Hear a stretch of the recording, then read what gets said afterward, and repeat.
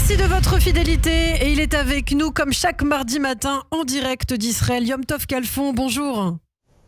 Bonjour Ilana. Merci beaucoup d'être avec nous Yom Tov ce matin sur Radio J. Alors vous souhaitiez revenir ce matin vous sur ce boycott des entreprises israéliennes d'Israël au salon Eurosatori qui aura lieu le week-end du 17 juin en France. Et vous souhaitiez justement pointer du doigt l'hypocrisie de la France. Alors pourquoi l'hypocrisie Yom Tov ?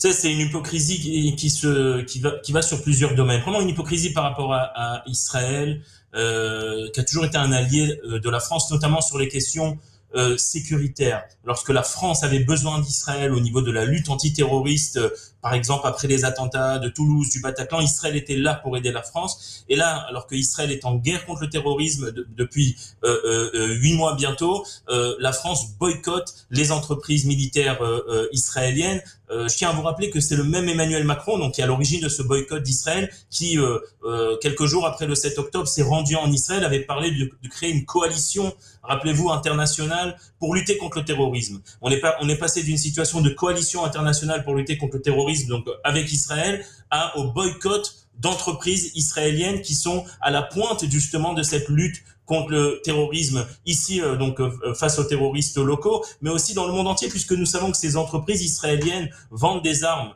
aux pays occidentaux pour se protéger justement des menaces. Et nous avons vu encore très récemment l'Allemagne qui a signé un contrat énorme avec les industries israéliennes de plusieurs milliards d'euros, donc d'achat d'armes. Donc l'Allemagne, grand partenaire de la France, grand pays européen. Donc il y a une grande hypocrisie à ce niveau-là, mais aussi une hypocrisie par rapport aux participants à ce salon. Vous savez, avant notre intervention, je suis parti sur le site d'Eurosatori pour voir quels sont les autres pays qui participent à ce salon. Alors, je vais vous donner 4 pays, Lana. Vous allez me dire si ce sont des grands modèles de démocratie.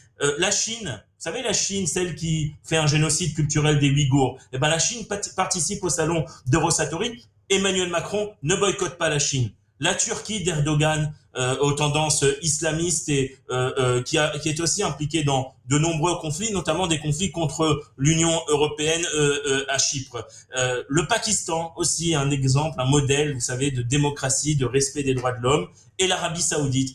Alors, la Chine, la Turquie, le Pakistan, l'Arabie Saoudite peuvent participer à Eurosatori.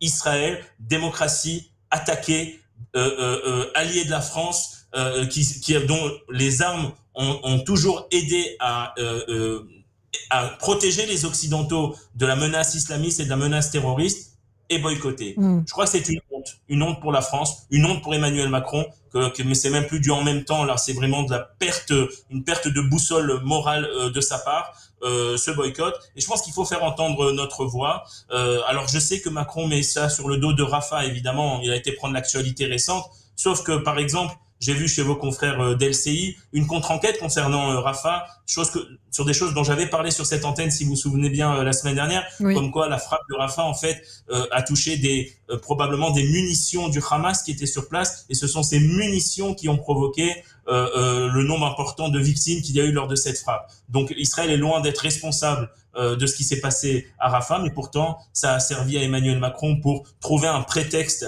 à ce boycott.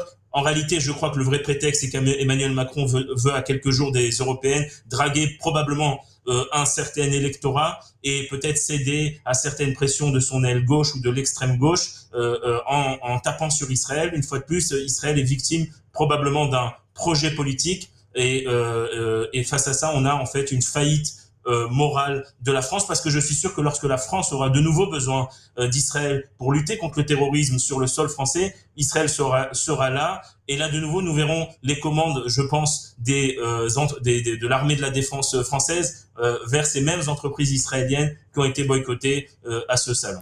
Eh bien, merci beaucoup Yom Tov Kalfon. Et c'est vrai qu'Israël s'organise de toute façon pour participer d'une façon ou d'une autre à ce salon. Il y aura des Israéliens qui viendront à Paris le week-end du 17 juin. On l'a appris il y a quelques jours. Merci beaucoup Yom Tov, en tout cas, d'avoir été avec nous ce matin sur Radio J. On vous retrouve chaque semaine. Je vous dis à la semaine prochaine.